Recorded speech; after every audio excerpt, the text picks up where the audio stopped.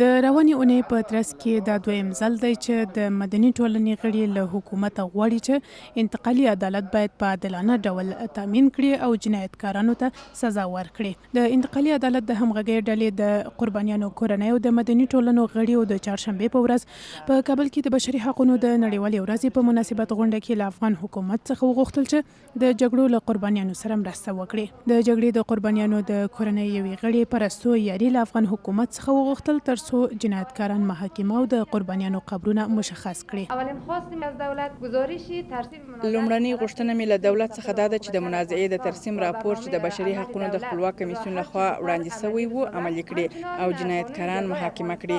بله غوښتنه مو دا ده چې ډله ییز قبرونه د افغانستان په بیلابیلو برخو کې باید مشخص او نامګذاري سي او پولیګون چې پکې ډله ییز قبرونه هلته شته باید له نظامي محدودیت څخه خلاص سي ترڅو کورنۍ په آزادانه ډول ورسي.